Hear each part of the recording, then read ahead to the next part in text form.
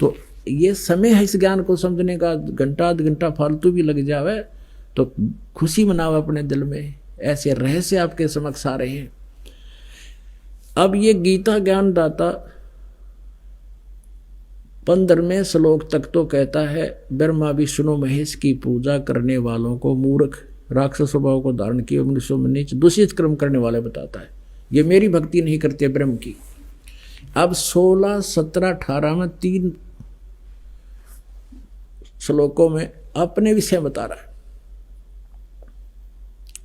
कि मुझ ब्रह्म की भक्ति भी 4 प्रकार के करते हैं, या तो कोई करता ही नहीं, जैसे शुरू में 7वें अध्याय के प्रथम दूसरे श्लोक में कहा है कि मेरी भक्ति का प्रयत्न हजारों में कोई एक करे है, और उनमें से भी कोई एकाध मुझे पहचान पाता है, मुझे समझता है ढंग से, यानी ब्रह्म तक पहुंचता है। तो यहां वही कहता है 4 प्रकार के मेरी साधना करते हैं, आर्थ, अर्थार्थी, जिज्ञासु और ज्ञानी। तो उन तीनों को तो रिजेक्ट करता है ये। आर्थ तो वो है जो संकट निवारण के लिए वेदों के मंत्रों के आधार से अनुष्ठान करते हैं। वो अन्य आरती या किसी कविता का सहारा नहीं लेते, ना कोई और मंत्र, वेदों के मंत्रों से करते हैं, तो वो ब्रह्म उपासक ही कहलाते हैं। इसी प्रकार अर्थार्थी जो धन प्राप्ति के लिए धन गढ़ा इकट्ठा बन जाए हमारे, इसलिए कोई अनुष्ठान करते वो वेदों के मंत्रों से ही करते हैं, तो वो भी व्यर्थ है, क्योंकि वो भगवान प्राप्ति नहीं, वो तो अन्य काम लाग रहे हैं। और तीसरा जिज्ञासु, जैसे घर से निकला भगवान पाने के लिए, आज्ञा ज्ञानी संत टकरा गए, उनसे खचड़ा ज्ञान इकट्ठा किया, आप वक्ता बन गया, वो जिज्ञासु, वो भी व्यर्थ बताया नहीं। अब चौथी प्रकार के ज्ञानी हैं। ज्ञानी का अर्थ है कि जिसने ये समझ लिया कि मनुष्य जीवन बार बार नहीं मिलेगा, और मनुष्य जीवन का मूल उद्देश्य है परमात्मा पाना, मोक्ष करवाना, जन्म मृत्यु से पीछा छुटवाना। और फिर उन्होंने वेदों को पढ़ा, जैसा भी उनकी समझ में आया, उन्होंने ये मान लिया कि अन्य देवताओं की पूजा भी नहीं करनी चाहिए, केवल एक परमात्मा एकम, जिसके बराबर दूसरा ना हो, उसकी भक्ति से ही लाभ होगा, मोक्ष होगा। अब उन्होंने जैसा भी वेदों को समझा, उसके आधार से इस ब्रह्म को, क्योंकि यजुर्वेद अध्याय नंबर 40 के मंत्र नंबर 15 में लिखा है वायु अनिलम, वायु अनिलम अमृतम अथ इदम भस्मांतम शरीरम ओम कर्तु समर किलवे समर और कर्तुम समर।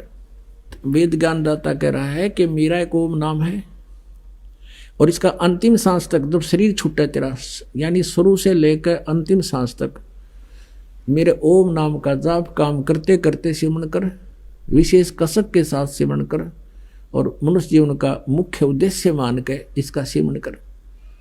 इस प्रकार सिमरण करने से तो जो तुझे ब्रह्म ओम से जो लाभ मिलना है वो अमृत व गति तेरी हो जाएगी। तो इन्होंने ऋषियों ने ये तो ले लिया कि ओम नाम है, नथिंग एल्स, और कोई मंत्र नहीं। ऐसे गीता जी में, ऐसा वेदों में केवल एक ओम मंत्र है, और उन्होंने ओम नाम को पूर्ण परमात्मा का मान लिया और ब्रह्म को सुप्रीम पावर मान लिया, पूर्ण ब्रह्म। इनका मोतियाबिंद था यजुर्वेद के अध्याय नंबर 40 के श्लोक नंबर 10 से लेकर 13 तक 2 बार कहा है कि कोई तो परमात्मा को संभवात कहता है, जन्म लेता है, को असंभवात कि वो जन्म नहीं लेता, वो तो निराकार है। इसका ज्ञान भी तत्वदर्शी संत कराएंगे, उनसे सुनो, वो बताते हैं सही सही। और कोई ये कहता है जिसने एक अक्षर ज्ञान होगा उसको तुम विद्वान बोल देते हो, अविद्या, और जिसको थोड़ी सी विद्या होगी उसको विद्वान कह देते हो, ज्ञान हो गया अक्षर। तो विद्वान और अविद्वान की परिभाषा भी वो तत्वदर्शी संत बताएगा, उसे सुनो। तो इनकी आंखें बंद होगी, इनका मोतियाबिंद था, उन्होंने ये समझ में ना आई, वो तत्वदर्शी संत तो खोज लो कम से कम, जो वेदों से भी अलग कोई ज्ञान बताएगा, वो नहीं समझ में आया। गीता जी अध्याय नंबर 4 के श्लोक नंबर 34 में कहा कि जो गीता अध्याय नंबर 4 के श्लोक नंबर 32 में कहा कि ब्रह्मणे मुखे सच्चिदानंद घन ब्रह्म की वाणी में, या उसने परमात्मा ने स्वयं आकर जो ज्ञान बोला है उसके अंदर बहुत विस्तार के साथ यज्ञों यानी धार्मिक अनुष्ठानों की जानकारी दी है, वो तत्व ज्ञान है। उस तत्व ज्ञान को चौथे अध्याय के 34वें श्लोक में कहा गीता ज्ञानदाता ने कि तू किसी तत्वदर्शी संतों के पास जाकर समझ। इसे सिद्ध है कि गीता ज्ञानदाता नहीं जानता उस परम अक्षर ब्रह्म की जानकारी, उसकी वे ऑफ वर्शिप नहीं है, उसको कंप्लीट ज्ञान नहीं है। अब क्या प्रसंग क्या आ गया कि अब वो क्या कहता है कि जो ज्ञानी आत्मा है ये है तो उदार नेक आत्मा है, परमात्मा के लिए न समर्पित हो गए सारी। अब घर भी त्याग दिए, राज भी त्याग दिया, और हजारों वर्षों तक हठ योग भी कर लिया, शरीर की परवाह नहीं की, मरो चाहे जियो। ऐसे ऐसे चमन ऋषि था, कहते उसके पूरे सारे शरीर पर दीमक चढ़ गई, आंख आंख दिखे थी। और यानी इस तरह एक चुणक ऋषि थे ऐसे। तो उन्होंने कहते ये हैं तो उद्धार, लेकिन ये मेरे वाली अनुत्तम गति में ही आश्रित रहे, क्योंकि इनको तत्वदर्शी संत नहीं मिले। अब देखो यहाँ इन्होंने किस तरह नाश करे, अनर्थ किए अर्थों के। देखना श्रीमद् भगवत गीता। अब देखिए श्रीमद् भगवत गीता, वही गीता प्रेस गोरखपुर से प्रकाशित है, जयदयाल गोविंद का अनुवादक है। अब अध्याय नंबर 7 के हम श्लोक नंबर 16, 17, 18 3 पढ़ेंगे। पुण्यात्माओं, धन्य हो तुम्हारा ये वही रतन, अनमोल रतन अपने घर रखा था, अपना खजाना हमें पता नहीं था। अब देखिएगा, ए भरतवंशियों में श्रेष्ठ अर्जुन, उत्तम कर्म करने वाले अर्थार्थी, यानी वो तो नीच कर्म करने वाले थे पहले 12 से 15 में थे, अब अच्छे सुकृति ना अच्छे कर्म करने वाले अर्थार्थी, आर्त और जिज्ञासु और ज्ञानी, ये 4 प्रकार के भक्तजन मुझको बजते हैं। फिर 17 में कहा है कि उनमें नित्य मुझ में सतित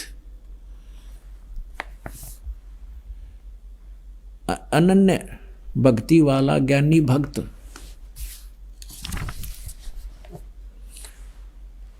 अति उत्तम है, क्योंकि मुझको तत्व से जानने वाले ज्ञानी को मैं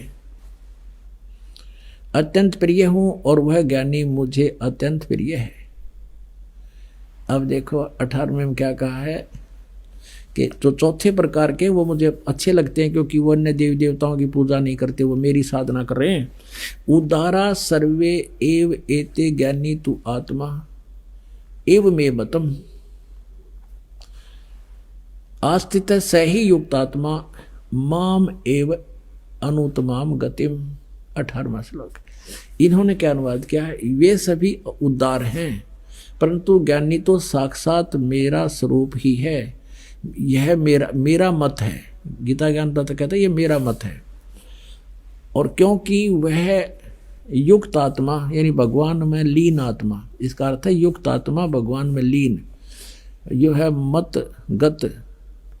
मतगत मन बुद्धि वाला ज्ञानी भक्त अति उत्तम अनुत्तमाम तरह के जो अनुत्तमाम यानी कति अति उत्तम कर दिया, लिखना था अति अनुत्तम अश्रेष्ठ घटिया वेरी बैड गति रूप मुझ में ही आस्थित अच्छी प्रकार आस्थित है। इसका अर्थ क्या बनता देखना, उदारा सर्वे एव एते ज्ञानी तु आत्मा एव में मत, मेरे मत के अनुसार यह मेरा मत है कि सभी ज्ञानी आत्मा, ये ज्ञानी आत्मा हैं तो सर्व की सब बड़ी उदार हैं, भगवान के लिए समर्पित हैं।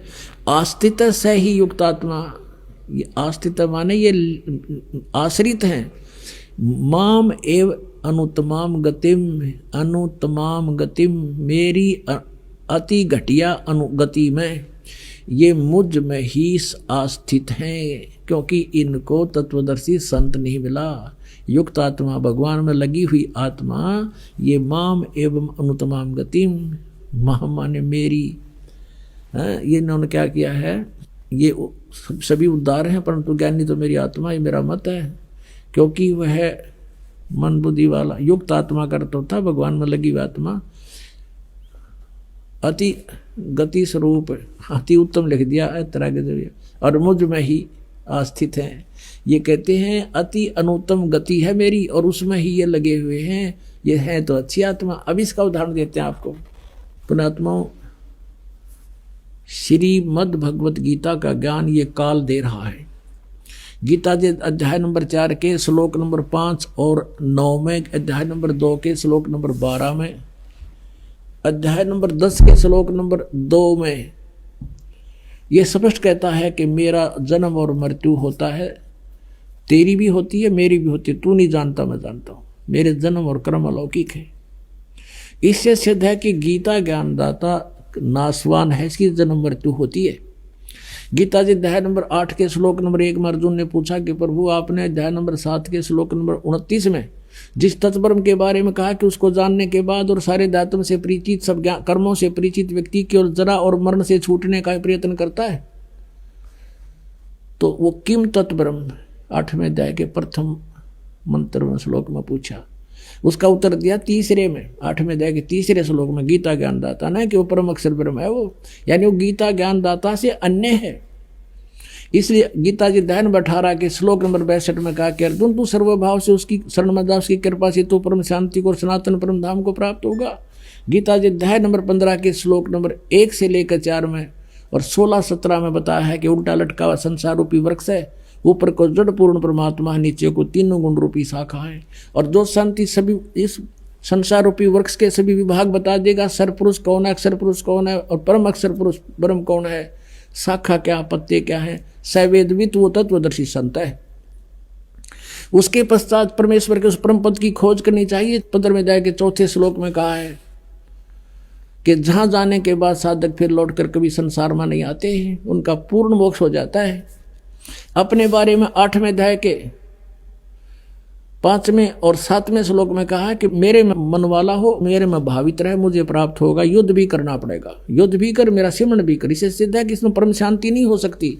जहाँ युद्ध का रोल है वहाँ शांति नाम की चीज नहीं, और जहाँ जन्म और मृत्यु है वहाँ शांति नहीं।